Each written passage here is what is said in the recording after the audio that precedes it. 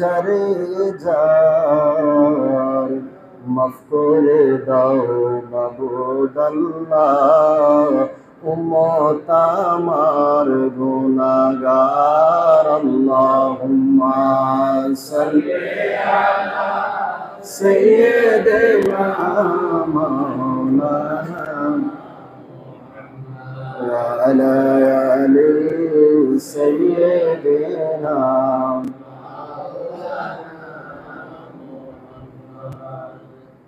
উপস্থিত আজকের অনুষ্ঠানের সম্মানিত সভাপতি, মকিমিয়া দরবার শরীফের সম্মানিত পীর সাহেব কেবলা, মিনহাজুল কুরআন ইন্টারন্যাশনাল ঢাকা বিভাগের সম্মানিত president brigadier general Khurshid Alam মাদ্দাজিউল্লাহ আলী, উপস্থিত মিনহাজুল কুরআন ইন্টারন্যাশনাল সম্মানিত দায়িত্বশীল বিন্দু, বিশেষ করে অ্যাডভোকেট জাহাঙ্গীর আলম রেজভী ভাইজান, অ্যাডভোকেট শাহিদুল আলম রেজভী সহ নিয়াজমাদ দুম্বাইজান, আবুল খায়ের সাহেব, ইসলামের জন্য শাহাদাতের বুলন্দ হয়েছেন, তিনি হচ্ছে আম্মার ইবনে ইয়াসির আম্মাজান হযরত সুমাইয়া রাদিয়াল্লাহু তাআলা আনহা। সুবহানাল্লাহ।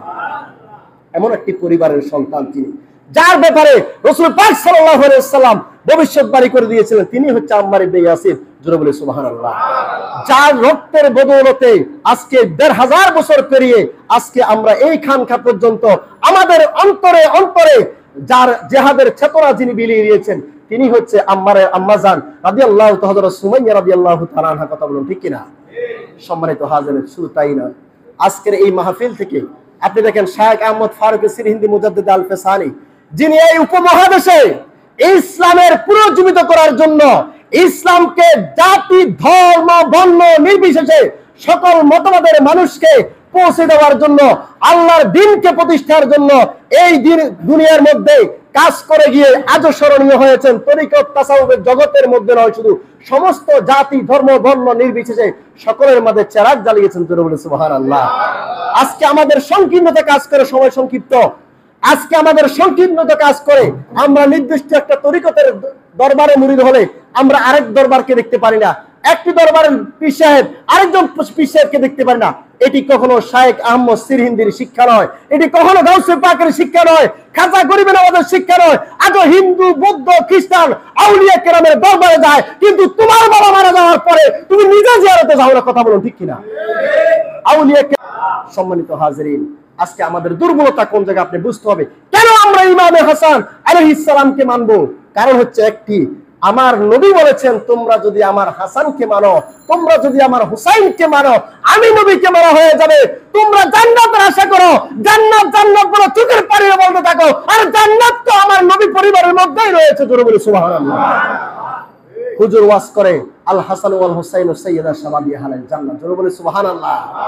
হুজুর সারা বছর খুতবা পড়ে, প্রত্যেক শুক্রবার পড়ে, কিন্তু একটিবারের জন্য হুজুরের মনে আমার নবীর আহলে বাইতের প্রেম তৈরি হয় না। কথা বলুন ঠিক কিনা?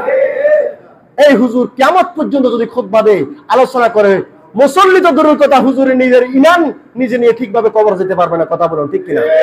সম্মানিত হাজিরিন, আজকে তরিকতের এই জগতে আসার কারণে, আমরা তরিকত তাসাউফ গ্রহণ করার কারণে আজকে আমাদের অন্তরে অন্তরে হুব্বে রাসূল আহলে বাইত রাসূল আমাদের অন্তরে পয়দা হয়েছে। কথা বলুন ঠিক কিনা?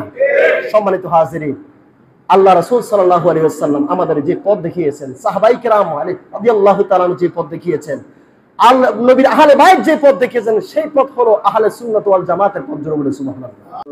আউযু বিল্লাহি মিনাশ শাইতানির রাজীম। বিসমিল্লাহির রাহমানির রাহিম। ইন্নামা ইউরিদুল্লাহু লিইয়ুযহিবা আনকুমুর রিজসা আহলাল বাইতি ওয়া ইউতাহহিরাকুম তাতহীরা। সাদাকাল্লাহু আয-আযীম ওয়া সাদাকা রাসূলুহুল নবিয়্যুল হাবিবুল কারীম। সম্মানিত উপস্থিতি, এই আয়াতে কারিমার মধ্যে আল্লাহ সুবহানাহু ওয়া তাআলা বলেন, হে নিশ্চয়ই আল্লাহ সুবহানাহু ওয়া তাআলা চান নবীর আহলে বাইতকে তিনি যেন পুত পবিত্র করতে। জোরে বলে সুবহানাল্লাহ। পৃথিবীর ইতিহাসে, পৃথিবীর মধ্যে কারো সারে কাউকে পবিত্রতার ঘোষণা আল্লাহ কোরআনে কারীমের মধ্যে দেয় নাই। এমন কোন মাখলুক নাই যাকে পবিত্র হিসেবে ঘোষণার কথা আল্লাহ কোরআনে দিয়েছেন। একমাত্র একমাত্র যারা আমার নবীর আহলে বাইত হয়েছে তাদেরকে স্বয়ং আমার আল্লাহ নিজেই পবিত্রতার ঘোষণা দিয়েছেন। জোরে বলি সুবহানাল্লাহ। অনেক উম্মত নাখান্দা আছে যারা আমার নবীর পবিত্রতা নিয়ে সন্দেহ করে, অনেক উম্মতের মধ্যে আছে যারা নবীর আহলে বাইত নিয়ে সন্দেহ করে। বিচ্ছেদ বুঝতে হবে, তারা কখনো আমার নবীর উম্মতের মধ্যে পড়ে না, তারা শয়তানের উম্মত। কার উম্মত? শয়তান একমাত্র চায় উম্মতে মুহাম্মদীকে পথভ্রষ্ট করতে। আর যারা আহলে বাইত রাসূলকে পবিত্রতা মানে না, তারা আমার নবীর ব্যাপারে সন্দেহ করবে, এটা তো তাদের স্বাভাবিক বিষয়। কথা বলুন ঠিক কিনা? আমরা যারা আহলে বাইতের প্রেমিক হয়েছি, আহলে বাইতের বন্ধু হয়েছি, আহলে বাইতকে নিজের অন্তরে ধারণ করতে পেরেছি, আল্লাহ বলেন আমার নবীর আহলে বাইত যারা হয়েছে তাদেরকে পবিত্রতার দায়িত্ব আমি আল্লাহ নিয়েছি। জোরে বলি সুবহানাল্লাহ।